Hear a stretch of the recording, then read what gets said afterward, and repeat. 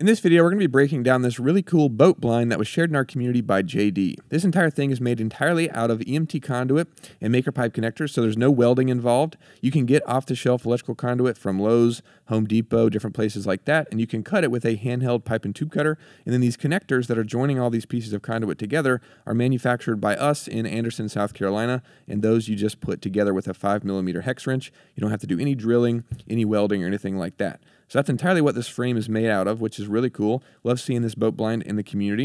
And we'll go ahead and break this frame down and kind of just talk about the different connectors and techniques that made it possible. So we'll start here. We can see that he's got a long piece of conduit that kind of just follows the gunnel of the boat. And I imagine he probably bent that a little bit, probably just by hand, honestly, just to kind of match the shape of the boat. And it looks like if we look really closely here, we can see that he just drilled a hole through the EMT conduit and then through the boat, and then has a nut there, and then of course the bolt head on this side, and that's actually how this frame is mounted in place. He just added bolts like that a few different places on the framework. We've seen a lot of different ideas for mounting these frames to boats in the community, but that's a really simple one that we haven't seen a lot of. Makes a lot of sense if you're okay with drilling through your boat. So that's really cool, and how that's mounted. And then from there we can start seeing some connectors and the rest of this framework that's put together. Basically, he used some of the maker pipe T connectors, definitely the most versatile connector in the system. And these are basically just made so a piece of conduit can run continuously through the top half there, as we can see. And then there are some pieces of conduit that come out of this and they terminate inside of the connector. And the reason they terminate in there is because of the no welding feature and the fact that you don't have to drill through it, to be able to connect it. You can just clamp this in between the two pieces. So this piece of conduit goes up and over to the other side. He said he watched our tutorial on YouTube on how to bend EMT conduit. We have a video that I'll link down below if you want to do that. Always a cool thing to see incorporated into projects. But he bent this piece of conduit here on the front, did this U-shaped bend that looks fantastic. Then of course there's going to be a T connector on the other side, just mounted in the same way. And the next connector that we can see here is the adjustable angle connector. And this is grabbing on and then of course sending this piece of conduit that's terminating inside of it up at an angle up here, and there's another adjustable angle connector grabbing onto this. And this vertical is coming up from a T connector that we circled earlier, and it's just going up, and then of course he's got another piece of conduit that he bent, and this just goes all the way up and then terminates in a T connector up here as well, which is really cool.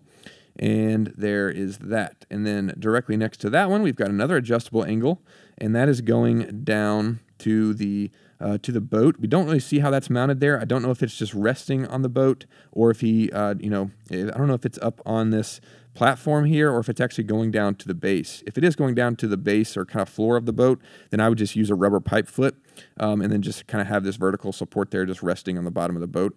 I imagine that would be just fine and add some support. That's mounted there with another adjustable angle. And then we've got another T connector next to there, and that is sending this pipe across.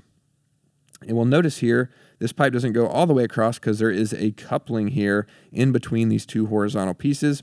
And so these two pieces are terminating in the coupling and then going to the other side.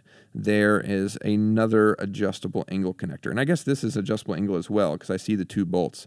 The T connector is only one bolt, so must be an adjustable angle there for some reason. And probably just because when you're working on these boats, getting the angles right and whatnot is probably pretty challenging. So using the adjustable angle over the T is probably a good way to make that a lot simpler on yourself.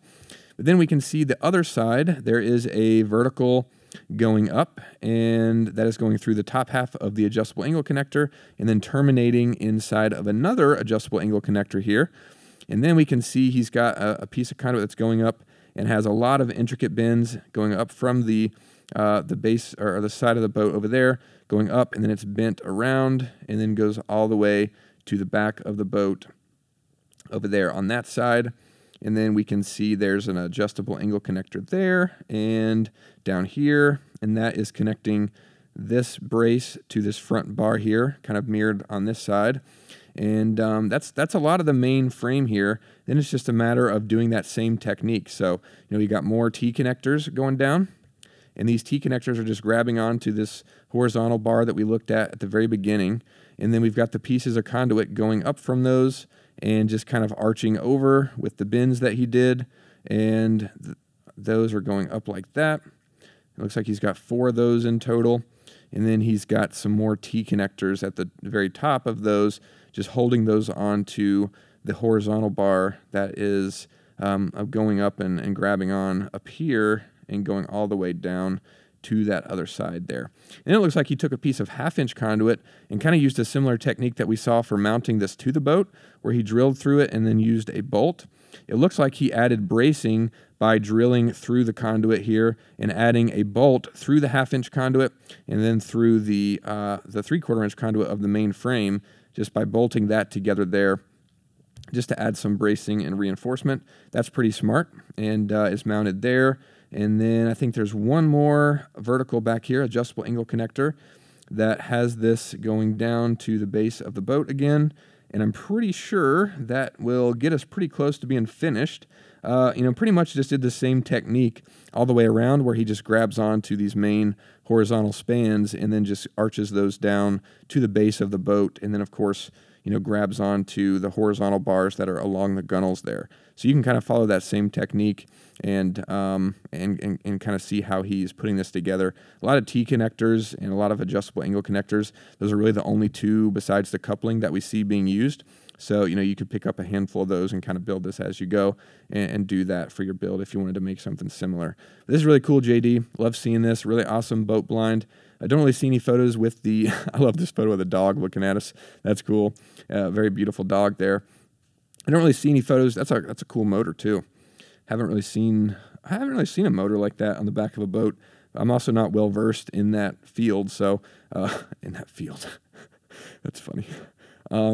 Yeah, but that's really cool to see, and I love the dog. Very beautiful. Here's a good angle of the different the different components and everything put together, kind of a straight on view where we can see how one side is shorter than the other, I imagine, so you can stand up here in the middle and then shoot the ducks or whatever it is, usually waterfowl from a boat. And of course, I didn't mention this earlier, but he did paint the framework, has a nice camouflage paint job, did a really fantastic job with painting this whole framework, which is really cool and looks really awesome. That's cool, and we don't really see any of the the camouflage leaves and whatnot mounted to the framework, but you can do that with zip ties, or we've seen people use the gadget clips. Quite a few different ways you can do that, and if you need some ideas, just let us know what material you're using, and we can kind of help you. And I'll link this video, this post down below if you want to comment on it in the community, or if you want to do the same thing, you can comment under this video. Like I said, I'll do my best to answer you with any information I can give.